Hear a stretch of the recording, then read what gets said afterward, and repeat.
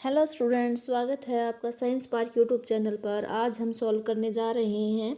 आज 12 मार्च को होने वाले हरियाणा बोर्ड के एग्ज़ाम 10वीं क्लास का साइंस के एग्ज़ाम को सॉल्व करने जा रहे हैं। आज आपको पता लग गया होगा कि आपने जो previous year question paper solve किए थे उससे आपकी कितनी मदद मिली है। तो देखिए, स्टार्ट करते हैं। सेट ए।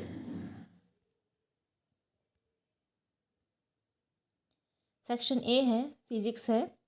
इसमें पहला क्वेश्चन है, किसी शब्दकोश में पाए गए छोटे अक्षरों को पढ़ते समय आप निम्न में से कौन सा लेंस पसंद करेंगे। तो आ जाएगा 5 सेंटीमीटर फोकस दूरी का एक उत्तल लेंस। सी ऑप्शन इसका सही आंसर है। अगला है, अभिनेत्र लेंस की फोकस दूरी में परिवर्तन किया जाता है, किस द्वारा किया जाता है। पक्षमापी पेशियों द्वारा। सी ऑप्शन इसका सही आंसर है। तीसरा क्वेश्चन है, वाहनों में दर्पण को पश्चदर्शी दर्पण के रूप में वरीयता दी जाती है, तो उत्तल दर्पण आ जाएगा। मानव नेत्र के किस भाग पर किसी वस्तु का प्रतिबिंब बनता है, तो दृष्टिपटल या रेटिना पर आ जाएगा। पांचवा क्वेश्चन है, अभिकथन कारण वाला। जब प्रकाश वायु से जल की तरफ गति करता है, यानी वायु विरल माध्यम है, जल सघन माध्यम है, तो उसकी गति धीमी हो जाती है। हाँ, जब वायु जो है विरल माध्यम होने से उसका अपवर्तनांक भी कम होता है, और जब जिसका वो अधिक होता है, अपवर्तनांक अधिक होता है, जल का अधिक है, उसमें उसकी गति कम हो जाती है, प्रकाश की चाल धीमी हो जाती है और वह अभिलंब की ओर झुक जाता है। तो ए अभिकथन सत्य है। प्रकाश वायु के अपेक्षा जल में अधिक तेजी से गति करता है, ये ऑप्शन गलत है। कारण जो इसका गलत है, तो सी वाले ऑप्शन ए सत्य है और आर असत्य है। सी ऑप्शन इसका सही आंसर आ जाएगा। अगला क्वेश्चन है, छठा है, 2 मीटर फोकस दूरी वाले किसी अवतल लेंस की क्षमता ज्ञात कीजिए। देखिए, फोकस दूरी दो मीटर दे रखी है और पी निकालना है। पी का फार्मूला होता है 1/f, और 2 मीटर है तो 1/2 हो जाएगा। ये 0.50 डायप्टर हो जाएगा इसका। अब ये माइनस निशान क्यों आया है, क्योंकि जो लेंस है वो अवतल है। अवतल लेंस की जो क्षमता होती है वो ऋणात्मक होती है, इसलिए इसमें माइनस साइन आ गया है। इसके इंटरनल चॉइस में दे रखा है, आपको दोनों में से कोई एक करना है। उस उत्तल दर्पण की फोकस दूरी ज्ञात कीजिए जिसकी वक्रता त्रिज्या 32 सेंटीमीटर है, तो आर 32 सेंटीमीटर दे रखा है। एफ निकालनी है, तो आर इसका फार्मूला होता है R=2F। एफ निकालने का R/2 हो जाएगा, तो 32/2 करके 16 सेंटीमीटर जो है ये फोकस दूरी आ जाएगी। अगला क्वेश्चन है, किसी विद्युत परिपथ में लघुपतन कब होता है, ये देखते हैं। लघुपतन जब किसी विद्युत परिपथ में विद्युन्मय तार और उदासीन तार सीधे संपर्क में आ जाते हैं, तब प्रतिरोध कम हो जाता है और विद्युत धारा का मान बढ़ जाता है। इससे तारों का विद्युत रोधन क्षतिग्रस्त हो जाता है, और यह तब भी होता है जब कोई उपकरण में दोष हो। इससे तारों में चिंगारी उत्पन्न होती है और लघुपतन हो जाता है। अगला क्वेश्चन है, अंतिम पंक्ति में बैठे किसी विद्यार्थी को श्यामपट्ट पढ़ने में कठिनाई होती है, यह विद्यार्थी किस दृष्टि से दोष से पीड़ित है, इसे किस प्रकार संशोधित किया जा सकता है। चित्र भी बनाइए। देखिए, जो व्यक्ति स्टूडेंट है, स्टूडेंट्स को निकट दृष्टि दोष ही होता है, और तो ये निकट दृष्टि दोष आ जाएगा, उसको निकट दृष्टि दोष है, और इसको अवतल लेंस लगाकर ठीक किया जा सकता है। और इसका चित्र देख लेते हैं। ये देखिए, निकट दृष्टि दोष युक्त नेत्र का जो है दूर बिंदु है दिखा रखा है, और इसमें जो इसका जो प्रतिबिंब है वो देखो रेटिना पर ना बनकर रेटिना से पहले बन जाता है। और इसमें ये देखिए, जब संशोधन कर रहे हैं तो कौन सा लेंस लगा रखा है, ये लगा रखा है अवतल लेंस। तो इस तरह से आप इसके डायग्राम बना सकते हैं। अगला क्वेश्चन देख लेते हैं। चुंबकीय क्षेत्र रेखाओं के गुणों की सूची बनाइए। चुंबकीय क्षेत्र रेखाओं के गुणों की सूची है, चुंबकीय क्षेत्र रेखाएं उत्तर ध्रुव से प्रकट होती हैं और दक्षिण ध्रुव पर विलीन हो जाती हैं। दूसरा है, चुंबकीय क्षेत्र रेखाएं कहीं भी एक दूसरे को प्रतिच्छेद नहीं करती। तीसरा है, छड़ चुंबक के भीतर चुंबकीय क्षेत्र रेखाओं की दिशा दक्षिण से उत्तर ध्रुव की ओर होती है, इसलिए चुंबकीय क्षेत्र रेखाएं बंद वक्र होती हैं। आप ये लिख देना। अगला, इसका इंटरनल चॉइस में दे रखा है, अगर आपको ये नहीं आता तो आप दूसरा वाला कर सकते हैं। भू संपर्क तार का क्या कार्य है। धातु के आवरण वाले विद्युत साधित्रों को भू संपर्कित करना क्यों आवश्यक है।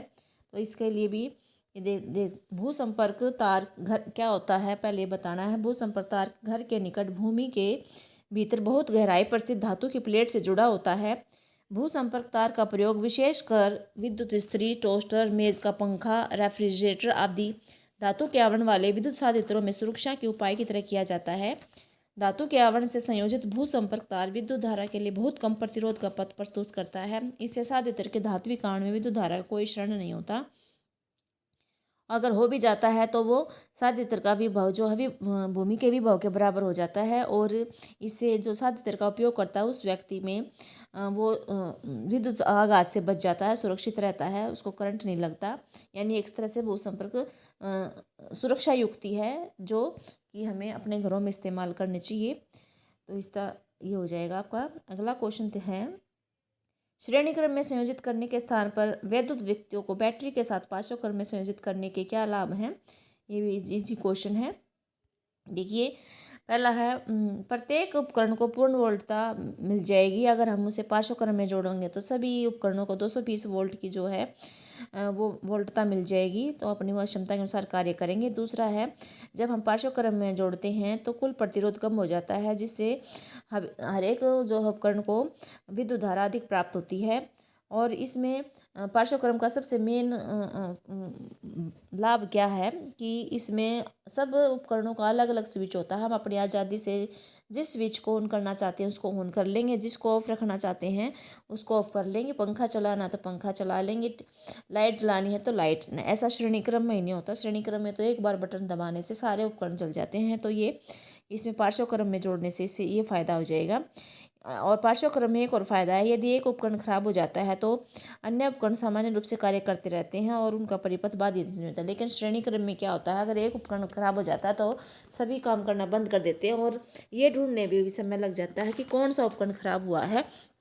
तो इसलिए हमें घरों में पार्श्व क्रम में ही परिपथ का संयोजन करवाना चाहिए। अगला क्वेश्चन है, बी भाग है, ये 5 नंबर में क्वेश्चन आया हुआ है। बी भाग में इसके है 2 ओम 3 ओम तथा 6 ओम के 3 प्रतिरोध को किस प्रकार संयोजित करेंगे कि संयोजन का कुल प्रतिरोध 4 ओम और 1 ओम हो। ये क्वेश्चन देख लीजिए, ये न्यूमेरिकल है। इसमें बच्चों को मैं समझाती हूँ कि इसको हीट एंड ट्रायल मेथड से करके देखो। मान लो किसी को आता नहीं है तो कैसे करेंगे। 4 ओम जोड़ने के लिए और 1 ओम के लिए क्या करते हैं, हम तीनों प्रतिरोध लिख देते हैं। R1 2 ओम, R2 3 ओम, R3 6 ओम हो गया। अगर हम इन तीनों को श्रेणी क्रम में जोड़ते हैं तो तीनों का जो जोड़ आ जाता है वो आ जाता है 11 ओम। तो 11 ओम हम तो 4 ओम से और 1 ओम से भी ज़्यादा हो जाएगा। तो इस तरह से ये हम इसको श्रेणी क्रम में नहीं जोड़ सकते। हीट एंड ट्रायल मेथड से करके देखें। फिर तीनों प्रतिरोधकों को हम समांतर क्रम में जोड़ेंगे। देखो, समांतर क्रम में जोड़ने पे 1/R बराबर 1/R1 plus 1/R2 plus 1/R3 हो जाएगा। फिर 1/2 ओम 1/3 ओम प्लस 1/6 ओम, इसका एलसीएम ले लेंगे, 6 आ जाएगा। तो ये देखिए, आर जो है 1 ओम अगर हमें प्राप्त करना है तो हम इसको तीनों प्रतिरोधकों को समांतर क्रम में जोड़ेंगे। तो हमारा एक क्वेश्चन का आंसर ये आ गया है। ठीक है, अगला देख लेते हैं। अब 4 ओम कैसे आए हमारा। R1 और R2 को पहले श्रेणी क्रम में जोड़ के देख लेंगे और R3 को उसके समांतर क्रम में जोड़ेंगे। देखो, पहले हमने R1 2 को श्रेणी क्रम में जोड़ा तो 5 ओम आ गया। 5 ओम को और उसको R3 वाले को हमने फिर समांतर क्रम में जोड़ा तो ये हमारा 30/2.72 आ गया। तो ये 4 ओम से जो है कम रह गया। अब R2 R3 को समांतर क्रम में जोड़ लेंगे और R1 को उसके श्रेणी क्रम में जोड़ेंगे। तो देखिए, R2 R3 है 1/3 ओम 1/6 ओम, दोनों को जोड़ने से 2 ओम आ गया। फिर जो हमारा R1 है वो 2 ओम था, तो 2 ये और 2 वो, दोनों को श्रेणी क्रम में जोड़ा तो हमारा 4 ओम हो जाएगा। तो ये जो चौथा केस है और जो हमारा दूसरा केस है, इससे हमारे तीनों प्रतिरोध को समांतर क्रम में जोड़ेंगे तब वो आ जाएगा, और 2 को समांतर में और 1 को श्रेणी में जोड़ेंगे तो 4 ओम आ जाएगा। तो इस तरह से आप इसको सोल्व कर सकते हैं। जी है, ये भी आपके फुल मार्क्स मिलेंगे। अब इसके इंटरनल चॉइस में दे रखा है, विद्युत संचारण के लिए प्रायः कॉपर तथा एल्यूमिनियम के तारों का उपयोग क्यों किया जाता है। ये देखिए, ये है एल्यूमिनियम और कॉपर विद्युत के अच्छे चालक होते हैं। इसमें जो है इनकी प्रतिरोधकता कम होती है और जब इसमें से विद्युत धारा प्रवाहित करते हैं तो ऊष्मा के रूप में हानि भी कम होती है, इसलिए इसका उपयोग किया जाता है। तो आप ये आंसर दे सकते हैं। इसके जो है इसका बी भाग जो है वो है 400 वाट अनुमत का कोई विद्युत रेफ्रिजरेटर है, वो 8 घंटे हर रोज चलाते हैं उसको 3 रुपये प्रति किलोवाट घंटे की दर से इसे 30 दिन तक चलाने के लिए ऊर्जा का मूल्य क्या है। ये देखिए, न्यूमेरिकल बिल्कुल इजी है। शक्ति दे रखी 400 वाट, समय दे रखा है 8 घंटे, ऊर्जा निकाल लेंगे पहले W बराबर P गुणा T करके, 400 गुणा 8 हो जाएगा 3200 वाट घंटे। इसको किलोवाट घंटे में कन्वर्ट कर लेंगे तो इससे ये 3.2 किलोवाट घंटा आ जाएगा। फिर ये एक दिन का खर्च आ गया। एक दिन में जो रेफ्रिजरेटर है ये 3.2 किलोवाट घंटा ऊर्जा खर्च करती है। तो अपन ने 30 दिन का निकालना है, तो 30 दिन की टोटल निकाल लेंगे कितनी खर्च की, इससे गुणा करके। तो 96 किलोवाट घंटा उसने खर्च कर दी। किलोवाट घंटा का मतलब होता है यूनिट। तो 1 यूनिट या 1 किलोवाट घंटा का खर्च जो हो गया 3 रुपये, और 96 यूनिट का हो जाएगा, इससे गुणा करेंगे तो 288 रुपये आ जाएगी। ये भी बिल्कुल ईजी क्वेश्चन आया हुआ है। अब सेक्शन बी स्टार्ट करते हैं, रसायन विज्ञान। इसमें पहला क्वेश्चन है Fe2O3 + 2Al + Al2O3 + 2Fe कौन सी अभिक्रिया है। ये देखिए, ये एल्यूमिनियम है, आयरन से ज़्यादा अभिक्रियाशील है। एल्यूमिनियम ने आयरन को हटा दिया है, Fe2O3 खुद आ गया है, Al2O3 हो गया है। तो ये विस्थापन अभिक्रिया होगी। डी ऑप्शन इसका सही आंसर है। अगला क्वेश्चन है, निम्न अभिक्रिया में रिक्त स्थान की पूर्ति करें। हाइड्रोजन और क्लोरीन आ जाएगा, इससे हाइड्रोजन क्लोराइड बनता है। अगला है 13वां, कौन सी धातु कमरे के ताप पर द्रव होती है। तो पारा धातु कमरे के ताप पर द्रव होती है। एक ऐसी है धातु का नाम बताइए जो विद्युत की सुचालक है। तो ये ग्रेफाइट आ जाएगा, नॉन मेटल है, ग्रेफाइट आ जाएगा इसका आंसर। अगला क्वेश्चन देखिए, जब जिंक की छड़ को कॉपर सल्फेट के विलयन में डुबोया जाता है तो इसका रंग नीले से रंगहीन हो जाता है। जिंक कॉपर की तुलना में अधिक अभिक्रियाशील धातु है और इसे इसके लवण विलयन से विस्थापित कर जिंक सल्फेट का रंगहीन विलयन बनाता है। दोनों ही सत्य हैं और कारण जो है अभिकथन का सही व्याख्या भी करता है। तो ए ऑप्शन सही आंसर आ जाएगा इसका। 16वां क्वेश्चन है, संतुलित रासायनिक समीकरण क्या है। रासायनिक समीकरण को संतुलित करना क्यों आवश्यक है। वह समीकरण जिसमें अभिकारक और उत्पाद दोनों में प्रत्येक तत्व के परमाणु की संख्या समान होती है उसे संतुलित रासायनिक समीकरण कहते हैं। यानी कि अभिकारक और जो उत्पाद होते हैं उन दोनों में जो है तत्वों की संख्या बराबर होनी चाहिए। द्रव्यमान भी बराबर होना चाहिए। परमाणु की संख्या बराबर होगी तो द्रव्यमान भी बराबर होगा। अब इसको संतुलित करना क्यों आवश्यक है। तो द्रव्यमान संरक्षण का नियम क्या कहता है कि रासायनिक अभिक्रिया में द्रव्यमान का न तो सृजन होता है और न ही विनाश। तो इसलिए अभिकारकों और उत्पादों का द्रव्यमान समान रखने के लिए समीकरणों को संतुलित करना आवश्यक है। अगला क्वेश्चन है, या में दे रखा है आपको, या तो ये करना है, तेल और वसायुक्त खाद्य पदार्थों को नाइट्रोजन से प्रभावित क्यों किया जाता है।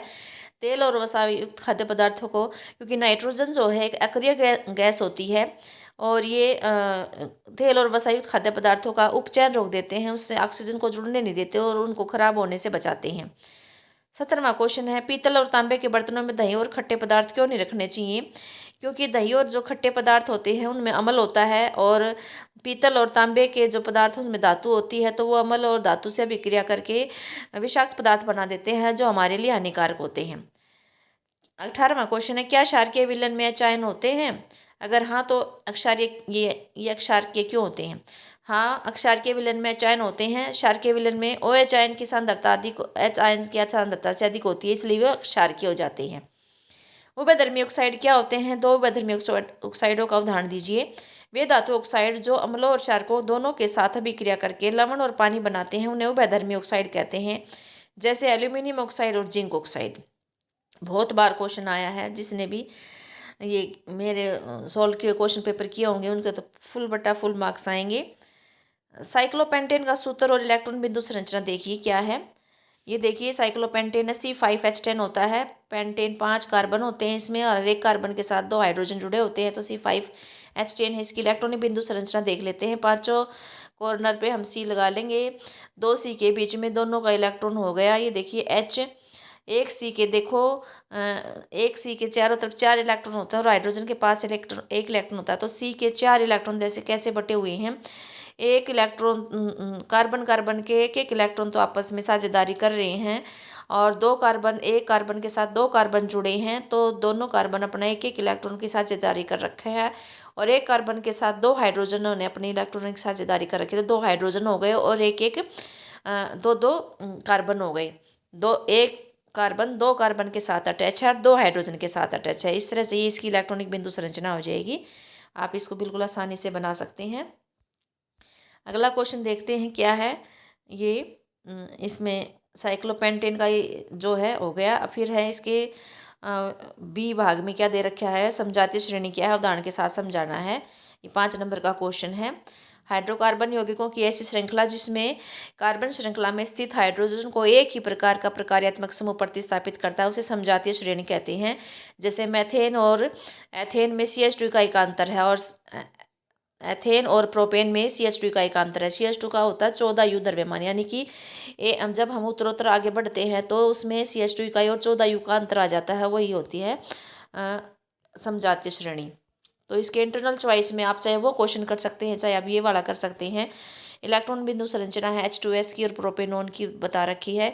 ये देखिए H2S है क्या है, सल्फर के बाहर वाले सल्फर की जो परमाणु संख्या होती है 16 होती है और 2 8 6 इसका ये होता है। 6 बाहर वाले कोश में इसके इलेक्ट्रॉन होते हैं, तो 6 में से देखो H2 हैं तो हाइड्रोजन के पास 1 इलेक्ट्रॉन होता है और इसको सल्फर को 2 इलेक्ट्रॉन की आवश्यकता होती है। इसके साथ 2 हाइड्रोजन मिलकर इसके साथ साझेदारी से आबंध बना सकते हैं।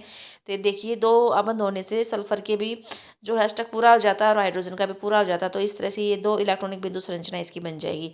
दूसरा पूछा है प्रोपेनॉन का, CH3COO CH3 इसका फार्मूला हो गया। ये देखिए CH3 में क्या होता है, C कार्बन है, एक आबंध तो अगले C के साथ बना लेता है और 3 आबंध जो है ये हाइड्रोजन के साथ बना लेता है इलेक्ट्रॉनों की साझेदारी करके। और जो बीच वाला जो C है ये इसके साथ द्विआबंध O होता है। तो ये देखिए ऑक्सीजन के भी बाहर जो है 6 इलेक्ट्रॉन होते हैं, तो उसको भी 2 इलेक्ट्रॉनों की साझेदारी से अपना वो अष्टक पूरा कर सकता है। तो कार्बन इस कार्बन के साथ कार्बन जो है 2 तो इलेक्ट्रॉनों के साथ साझेदारी करेगा और 2 ये साइड में जो कार्बन है इनके साथ, तो इस कार्बन की जो का भी अष्टक पूरा हो जाएगा। इस तरह से ये लास्ट वाले में भी CH3 जुड़े हुए हैं, तो इस तरह से आप इसका दिखा सकते हैं। ये भी बिल्कुल इजी क्वेश्चन है। अगला देख लेते हैं। 2 नंबर में ये था। अब 3 नंबर में हाइड्रोजनीकरण क्या है, इसका औद्योगिक अनुप्रयोग क्या है। हाइड्रोजनीकरण देखते हैं क्या होता है। हाइड्रोजनीकरण पैलेडियम या निकल उत्प्रेरक की उपस्थिति में असंतृप्त हाइड्रोकार्बन हाइड्रोजन से जुड़कर संतृप्त हाइड्रोकार्बन बनाते हैं। इसे हाइड्रोजनीकरण या संकलन अभिक्रिया कहते हैं। और इसका औद्योगिक अनुप्रयोग क्या है। हाइड्रोजनीकरण का उपयोग वनस्पति तेलों से वनस्पति घी बनाने के लिए किया जाता है। ये देखिए हम इसको ऐसे दिखा सकते हैं। ये असंतृप्त हाइड्रोकार्बन है, इसके बीच में C के बीच में द्विआबंध है। R जो ये कार्बन की चेन हो सकती है, कोई भी कितनी भी कार्बन वाली हो सकती है। और यह असंतृप्त हाइड्रोकार्बन इसलिए वनस्पति तेल है। निकल और पैलेडियम की उपस्थिति में इसमें हाइड्रोजन ऐड हो जाता है। और ये देखिए C के बीच में 2 द्विआबंध था, वो अब टूट गया है और वहाँ एक एक हाइड्रोजन ऐड हो गया है और ये संतृप्त हाइड्रोकार्बन बन गया, वनस्पति घी बन गया है। तो इस तरह से ये जो है हाइड्रोजनीकरण हो गया, हाइड्रोजन जुड़ने से, और असंतृप्त हाइड्रोकार्बन संतृप्त हाइड्रोकार्बन में बदल गया है। तो ये आप इस तरह से क्वेश्चन कर सकते हैं। 3 नंबर का था ये, तो 5 नंबर में हो जाएगा। अब है सेक्शन C, जीव विज्ञान स्टार्ट हो गया है। पहला क्वेश्चन है, मनुष्य में वृक्क एक तंत्र का भाग है जो संबंधित है उत्सर्जन से। वृक्क होता है गुर्दा और गुर्दा उत्सर्जन से संबंधित होता है। तो इसका जो है C ऑप्शन सही आंसर है। अगला देखते हैं। किस में होने वाली क्रिया पायरुवेट के विखंडन से कार्बन डाइऑक्साइड जल तथा ऊर्जा बनाती है। तो ये माइटोकॉन्ड्रिया में होने वाली अभिक्रिया है। मानव में संतान का लिंग पिता से मिलने वाले गुणसूत्र पर निर्भर करता है। पिता से X आता तो मादा होती, पिता से Y आता तो नर संतान उत्पन्न होती है। मछली के हृदय में कितने कोष्ठ होते हैं, 2 होते हैं। अगला क्वेश्चन देखते हैं। इंसुलिन रक्त शर्करा के स्तर को नियंत्रित करता है, ये बिल्कुल ठीक बात है। इंसुलिन का अपर्याप्त स्राव मधुमेह का कारण बनता है, ये भी ठीक है। तो A ऑप्शन सही है। A और R दोनों सत्य हैं और R A की सही व्याख्या करता है। अगला क्वेश्चन देखते हैं। भोजन के पाचन में लार की भूमिका देखिए। एक तो लार जो होता है भोजन को चिकना बनाती है, जिससे भोजन को चबाने और निगलने में सहायता मिलती है। दूसरा, लार में एक एंजाइम होता है मिलेज या टाइलिन बोलते हैं उसको। वो मुख गुहा में जो कार्बोहाइड्रेट होता है या मंड होता है उसके पाचन में सहायता करती है। कार्बोहाइड्रेट को सरल शर्करा में तोड़ देते हैं। ये 2 नंबर का क्वेश्चन है ये। अगला है, ऐसे 2 तरीके बताइए जिनमें जैव निम्नलिखित पदार्थ पर्यावरण को प्रभावित करते हैं। देखिए जैव निम्नलिखित पदार्थ वे होते हैं जो सूक्ष्म जीवों द्वारा अपघटित हो जाते हैं और ये सूक्ष्म जीवों द्वारा अपघटित होकर मृदा की जो उर्वरा शक्ति को बढ़ाते हैं और ये प्राकृतिक खाद का काम करते हैं। दूसरा है, जब जैव निम्नलिखित पदार्थ का अपघटन होता है तब पर्यावरण में दुर्गंध फैल जाती है, जिससे वातावरण प्रदूषित हो जाता है। एक तो पॉजिटिव इफेक्ट दिखा दिया, एक नेगेटिव दिखाया है। 28वां क्वेश्चन क्या है। निम्नलिखित ग्रंथियों से स्रावित होने वाले हार्मोन के नाम बताइए। बिल्कुल इजी क्वेश्चन। ऑफ टू ग्रंथि से थायरोक्सिन हार्मोन, अग्नाशय ग्रंथि इंसुलिन हार्मोन, अधिवृक्क ग्रंथि से एड्रेनलिन हार्मोन। बिल्कुल इजी क्वेश्चन है, ये 3 नंबर में ये क्वेश्चन है। अब इसके इंटरनल चॉइस वाला भी बहुत इजी दे रखा है, आप कोई भी इन दोनों में से एक कर सकते हैं। सोचने की क्रिया अगर मस्तिष्क द्वारा होती है, और लार आना जो है मेडुला पश्च मस्तिष्क का भाग उससे होती है। सीधी रेखा में चलना अनुमस्तिष्क पश्च मस्तिष्क का कार्य है। मेंडल के प्रयोगों से कैसे पता चलता है कि विभिन्न लक्षण स्वतंत्र रूप से वंशानुगत होते हैं। ये देखिए, लक्षण स्वतंत्र रूप से वंशानुगत होते हैं। इसका अध्ययन करने के लिए मेंडल ने मटर के 2 विकल्पी जोड़ों का संकरण करवाया था। उसने गोल और हरे तथा झुर्रीदार और पीले बीजों का संकरण करवाया। F1 संतति में सभी गोल पीले आ गए। फिर मेंडल ने F1 संतति के बीच स्वपरागण कराया। F2 संतति में कुछ पौधे गोल पीले आए, कुछ पौधे झुर्रीदार पीले, कुछ पौधे गोल हरे, कुछ पौधे झुर्रीदार और हरे थे। F2 पीढ़ी में नए संयोजन देखने को मिले। इससे पता चलता है कि गोल और झुर्रीदार लक्षण तथा पीले और हरे लक्षण स्वतंत्र रूप से वंशानुगत होते हैं। ये आप इस तरह से बनाकर दिखा सकते हैं। इसमें जनक हो गए गोल व हरे बीज के लिए हम कैपिटल आर और स्मॉल वाई से करेंगे। झुर्रीदार को स्मॉल आर कैपिटल वाई से इसको कर लें। युग्मक जो हो गए capital R small R capital Y, ऐसे बन जाएंगे। F1 संतति में देखिए पनट स्क्वायर बना के हम बता सकते हैं। Capital R small R capital Y small I, चारों जो संतति हैं उनका ये जीनोटाइप है। और ये सभी गोल पीले हो गए। इसकी जो फिनोटाइप होगी वो गोल पीले हो जाएगी, यानी दिखाई जो देंगे गोल पीले दिखाई देंगे, तो सभी ये गोल पीले बीज वाले उत्पन्न हो जाएंगे पौधे। फिर है इनका स्वपरागण करवाया। देखो गोल पीले बीज ये जनक हो गए। अब गोल पीले इसमें जो युग्मक बने हैं वो R Y capital R capital Y capital R small R capital Y small R small Y. तो दोनों जनकों के मादा या नर है, दोनों के इस तरह से ये वो बन गए हैं।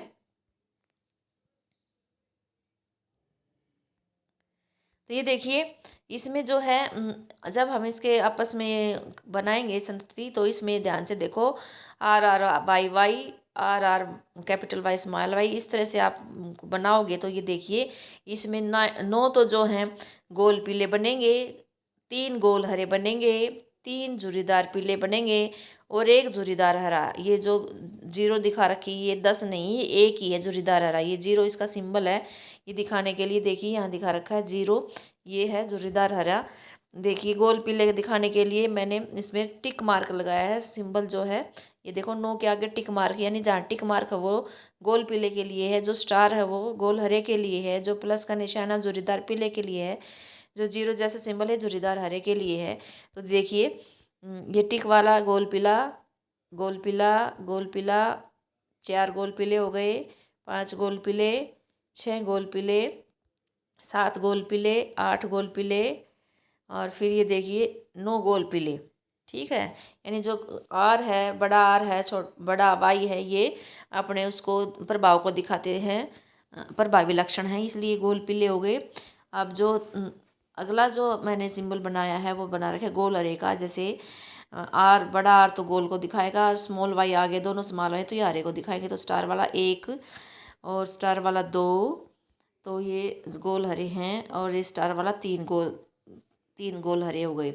अगला जो सिंबल दिखा रखा है वो दिखा रखा है प्लस वाला। देखिए झुर्रीदार पीले, स्मॉल आर आ गए, झुर्रीदार के लिए हो गया, कोई प्रभावी लक्षण नहीं है। प्रभावी मतलब अब दोनों इकट्ठे आए तो ये प्रभावी हुआ। ये झुर्रीदार 2 हो गया, ये झुर्रीदार पीला 3 हो गया, और जो 0 वाला सिंबल है वो झुर्रीदार हरे के लिए 1 ही है। तो इस तरह से आप इसको दिखा सकते हैं कि नए संयोजन देखने को मिले हैं, इसलिए वो एक लक्षण दूसरे लक्षण पर कोई प्रभाव नहीं डालता, वो अब इंडिपेंडेंटली आगे चले जाते हैं एक पीढ़ी से दूसरी पीढ़ी में।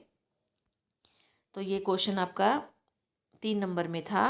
अब अगला है 30वां क्वेश्चन, ये 5 अंक का आ गया है। इसमें वर्षण के कार्य पूछे हैं। शुक्राणु का निर्माण करना, टेस्टोस्टेरोन हार्मोन का उत्पादन और श्रावण करना, और हाइड्रा में मुकुलन का चित्र से दर्शाना है, चित्र की सहायता से दर्शाना है। ये देखिए मुकुलन क्या होता है। हाइड्रा जैसे कुछ प्राणी पुनर्जन्म की क्षमता वाली कोशिकाओं का उपयोग करके मुकुलन करते हैं। हाइड्रा में कोशिकाओं के नियमित विभाजन के कारण एक स्थान पर उबार बन जाता है। ये देखिए उबार बना हुआ, ये वाला ये उबार बन गया, और ये वृद्धि करता हुआ फिर मुकुल में बदल जाता है। देखिए मुकुल बन गया और मुकुल से फिर नन्ना जीव हाइड्रा बन जाता है और ये पूर्ण विकसित होकर इस जनक हाइड्रा से अलग हो जाता है और अलग से जनक मतलब संतति हाइड्रा बन जाता है। जनक हाइड्रा से अलग होकर संतति हाइड्रा बन जाता है। इस तरह से ये अपना कंप्लीट हो गया 5 नंबर का। अब इंटरनल चॉइस में जो दे रखा है वो देखिए, ऋतुस्राव क्यों होता है, अ, या पुष्प के अनुदैर्घ्य का नामांकित चित्र बनाइए। ये देखिए ऋतुस्राव का देखिए क्यों होता है। अगर अंड कोशिका का निषेचन नहीं होता तो अंड कोशिका 1 दिन तक जीवित रहेगी और अंडाशय क्या करता है, हर एक महीने जो है एक अंडे को छोड़ता है और निषेचित अंडे की प्राप्ति के लिए गर्भाशय भी प्रतिमा तैयारी करता है। गर्भाशय को पता होता है कि भाई निषेचित अंडा आ सकता है, उसको तैयारी पहले से करने पड़ती है। तो तैयारी के लिए वो क्या करता है, गर्भाशय अपनी जो अंदर वाली भित्ति है उसकी जो उसको मांसल और स्पंजी बना लेता है और अगर निषेचित अंडा जाता है तो ये भित्ति उसको पोषण प्रदान करती है। पोषण प्रदान करने के लिए गर्भाशय को ये करना ही करना पड़ेगा। लेकिन निषेचन अगर नहीं होगा तो इस जो है भित्ति की जरूरत नहीं पड़ेगी, मांसल स्पंजी भित्ति की, और ये परत धीरे धीरे टूट कर योनि मार्ग से बाहर रुधिर या म्यूकस के रूप में बाहर आ जाती है। इस चक्कर में लगभग 1 मास का समय लग जाता है। इसे ऋतुस्राव या रजोद्रम कहते हैं। इसकी अवधि लगभग 2 से 8 दिनों तक होती है। तो ये आप इसको लिख देना। अगला क्वेश्चन है जो ये पुष्प के अनुदैर्घ्य वाला है। देखिए 4 भाग होते हैं पुष्प के। पुंकेसर, पुंकेसर ये देखो दिखा रखा है। पुंकेसर नर जननांग होता है। ऊपर परागकोश है, नीचे तंतु होता है, परागकोश के अंदर परागकण होते हैं। और दूसरा भाग जो दिखा रखा है स्त्रीकेसर दिखा रखा है, बीच में होता है ये। स्त्रीकेसर के 3 भाग हैं। ये मादा जननांग होता है, वृत्तिकाग्र, वर्तिका, अंडाशय। अंडाशय से फल बन जाता है, अंडाशय के अंदर बीजांड होते हैं, बीजांड से बीज बनता है। तीसरा भाग जो होता है पंखुड़िया होता है, पंखुड़िया दल भी बोलते हैं इसको। ये कीटों को आकर्षित करता है क्योंकि ये अलग अलग रंगों का होता है। और ये बाह्य दल है, ये कली की सुरक्षा करता है। कली जब कली रूप में होता है तो ये हरे रंग का होता है। इस तरह से बच्चों जिसने भी मेरे जो हैं पीछे जो मैंने वीडियो डाल रखी हैं प्रीवियस ईयर क्वेश्चन पेपर की सोल्व प्रीवियस, जिसने भी वो देखे हैं वो उसके 60 में से 60 पूरे अंक आएंगे क्योंकि उन्हीं में से क्वेश्चन पूछे गए हैं। तो आप कमेंट में ज़रूर बताना जिसने मेरी वीडियो देखी थी और जिसका क्वेश्चन जो है आज का क्वेश्चन पेपर बहुत अच्छा बना है, वो ज़रूर से ज़रूर कमेंट में बताना और लाइक करें, शेयर करें 10वीं के स्टूडेंट्स के साथ। और अगर चैनल पर नए हैं तो सब्सक्राइब ज़रूर करें और अगले वीडियो की नोटिफिकेशन के लिए जो है ये आइकन बटन दबा दें। और देखिए आपके कितने मार्क्स बने हैं।